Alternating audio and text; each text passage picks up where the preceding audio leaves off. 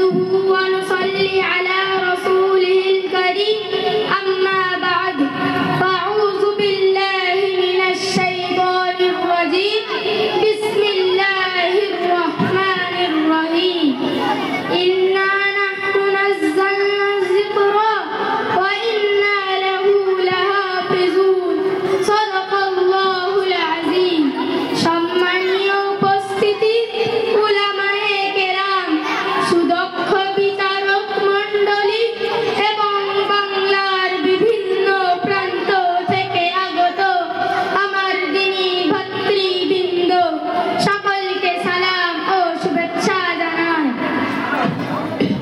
আজকে এই মহতি প্রোগ্রামে আমার বক্তব্যের বিষয় হলো ইসলামী সভ্যতা ও সংস্কৃতি। প্রিয় শ্রোতা মণ্ডলী, ইসলাম ধর্ম সর্বকালের সর্বশ্রেষ্ঠ এক ধর্ম, যার মাঝে রয়েছে বিশ্ব মানবতার জন্য এক পূর্ণ ও সত্য জীবন ব্যবস্থা। ইসলামী সভ্যতা সম্পর্কে জানতে ও বুঝতে হলে আমাদেরকে জানতে হবে তথাকথিত সভ্যতাকে। সভ্যতায় আখ্যায়িত করার ক্ষেত্রে কয়েকটি বিষয় বিবেচনায় আনা হয়। মৌলিকভাবে তা হলো জনতার অধিকার ও নিরাপত্তার সুনিশ্চিত হওয়া ও দারিদ্রতার মুক্ত হওয়া, সন্ত্রাস ও দুর্নীতি দমনে দেশ ও জাতির সততার গোষ্ঠী একবদ্ধ থাকা। সবচেয়ে গুরুত্বপূর্ণ হচ্ছে নীতি ও নৈতিকতার অবক্ষয় না ঘটা ও একে অপরের প্রতি সহমর্মী হওয়া। উল্লেখিত পয়েন্টগুলোর আলোকে পর্যালোচনা করলে জানা যায় যে প্রাচীন ইতিহাসের সেই গ্রিক সভ্যতা থেকে নিয়ে আজকের এই তথাকথিত পশ্চিমা সভ্যতা পর্যন্ত কোন সভ্যতাকেই মানদণ্ডে উন্নীত করা সম্ভব নয়। কেননা এইসব সভ্যতার চিন্তা আকর্ষণ দিকগুলি শুধু মুভি, ওয়েব সিরিজ, হলিউড, বলিউডের মাঝেই সীমাবদ্ধ।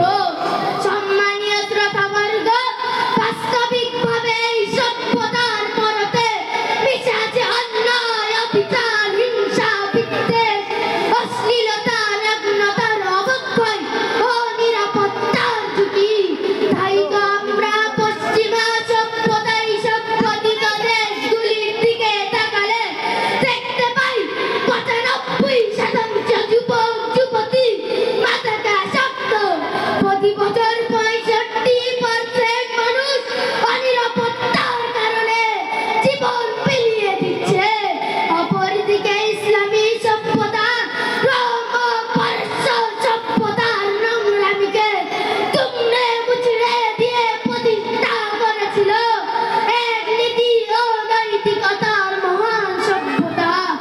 আর এই ইসলামী সভ্যতাকে পৃথিবীর মানচিত্র থেকে মুছে দিতে চেয়েছিল তৎকালীন যুগের পরাশক্তি রোম ও পারস্য সভ্যতা।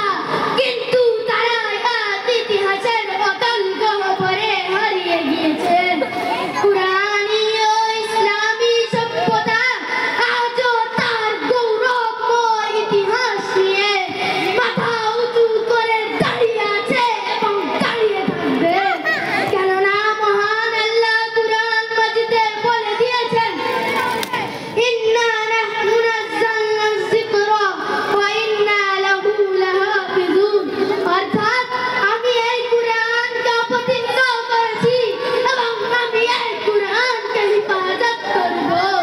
শুধু শ্রোতা, আর এই কুরআনী সভ্যতা পৃথিবীতে যখন পরিপূর্ণ রূপে বাস্তবায়িত হয়েছিল, উটের পালের রাখাল হয়েছিল ও তো দুনিয়ার ন্যায় ও নীতিবান একজন শাসক। সেই অজ্ঞতার যুগে মানুষের কথা ছিল কথায় কথায় যুদ্ধ, বিদ্রোহ এবং শিষ্টাচার ও সংস্কৃতির কোনো পালাই ছিল না। কিন্তু ইসলাম আসার পরে বদলে যায় অসভ্যতা